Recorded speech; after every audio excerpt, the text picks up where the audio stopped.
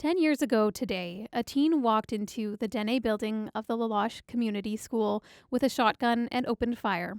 A teacher, Adam Wood, and a teacher's assistant, Tanzy Janvier, were killed, and several more people were wounded. Another teacher, Charlene Klein, died in 2023 from complications related to injuries from the shooting, according to her family.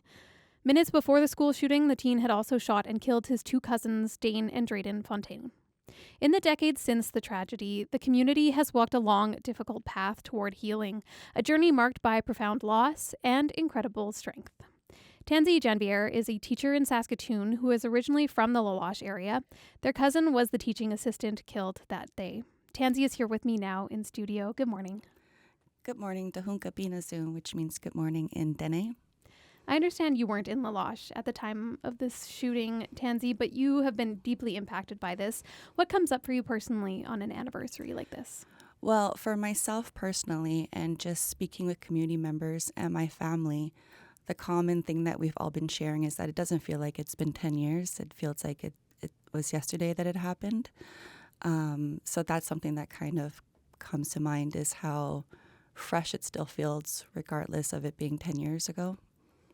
Your cousin Marie was the teacher's assistant who was killed. When you think of her today, 10 years later, what is the memory of her that you hold on to most tightly?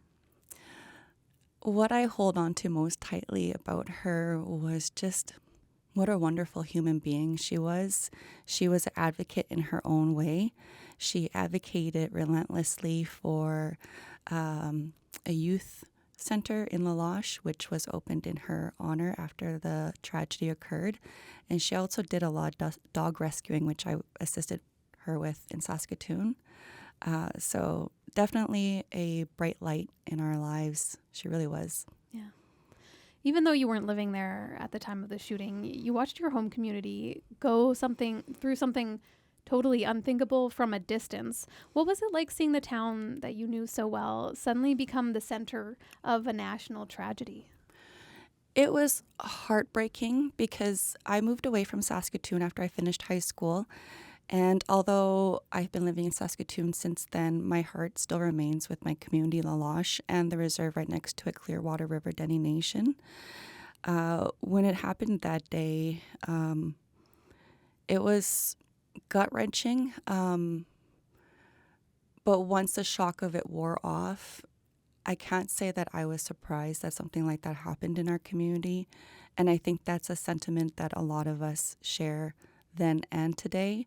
There were a lot of supports needed that hadn't been put in place in our community.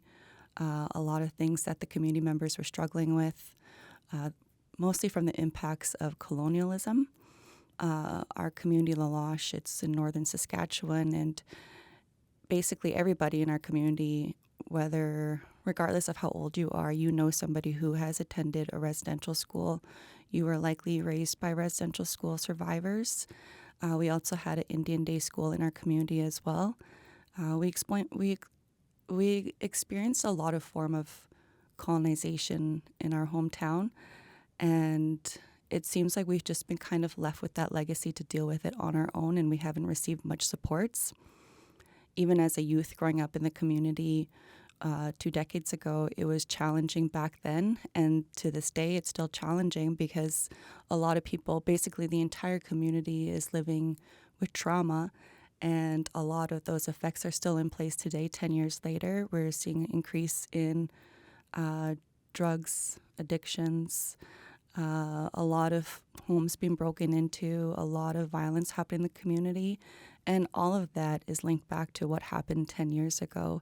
That's what happens when there aren't supports provided to a community after they've experienced things like residential school trauma, and then just the ongoing socioeconomic problems that our northern communities have been having. Tanzy, how did the shooting impact your family and friends who live there? Well, we're all really close with one another. It's a small community. For my family, we were quite devastated because we were really close with Marie. Marie was my cousin. She spent a lot of time with my immediate family. She was in my home frequently. She went on family trips with us. It was devastating and heartbreaking, and we still, to this day, we think about her all the time. You now work as a teacher. How did that experience and what happened change the way that you think about schools and safety and even just supporting young people? So when the shooting happened, the shock of it happened, and then we went through the trials. And while we were going through the trials, I kept asking myself, how did this even happen? How did it come to this? Those were two questions I kept asking myself. But the biggest question that I was asking myself was, what can I do to make a difference? And ultimately, once the trial was over and I had done some healing, I went back to school to become a teacher. I finished my BED a couple years ago. I'm now teaching full-time here in Saskatoon. I teach grade 5, 6. And I just want to say hi to my students. This is Miss Tanzy saying hi to their students. And I'm currently pursuing grad studies at the University of Saskatchewan for Indigenous Leadership and Education. And basically, I entered the school system, to see what I could do as an Indigenous teacher, as a Dene teacher, bringing forth like a trauma-informed lens from my own lived experiences and how exactly I can advocate for Indigenous youth, particularly in public education. Mm-hmm. And since becoming a teacher, I found that there are a lot of systemic issues that are still plaguing our school system today. You know, it's been 10 years since the shooting occurred in Loche, and to this day, the statistics remain alarming for our Indigenous youth in schools. As a teacher, you know, like there are several reports that have come out that I've paid close attention to. For example, the Provincial Auditor of Saskatchewan 2025 last year, they released a report saying that Indigenous student attendance in Saskatoon alone dropped from 62% in 2017 to 2018 to 48% in 2023 to 2024. Wow.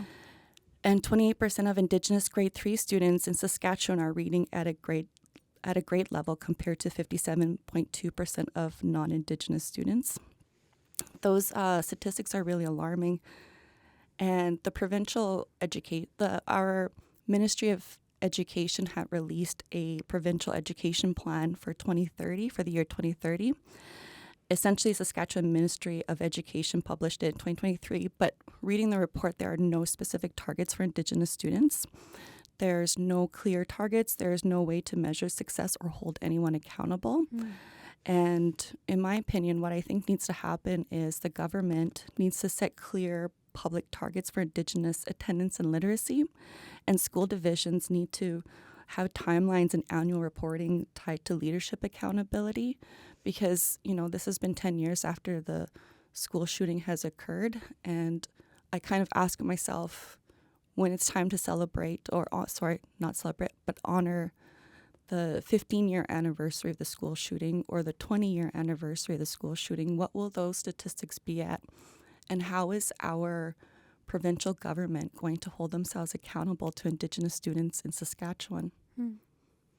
We've talked to you on the show after the James Smith Cree Nation stabbings a few years ago, and you have seen firsthand how these kind of situations ripple the trauma that affects the communities.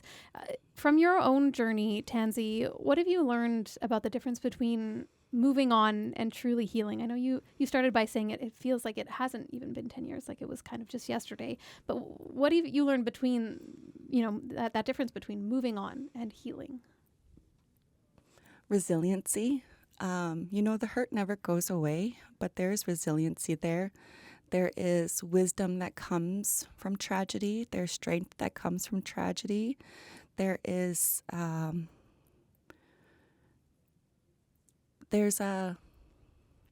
don't know how to answer that question, you know, like I still ask that question myself every day. I think for Indigenous people, for myself personally, but for a lot of Indigenous people, we live every day with these challenges. So it's constantly in the forefront of my mind every single day. So it's just essentially like learning to live with that trauma and building resiliency out of it and moving forward by having purpose. By having purpose for myself, that's what has kept me moving forward.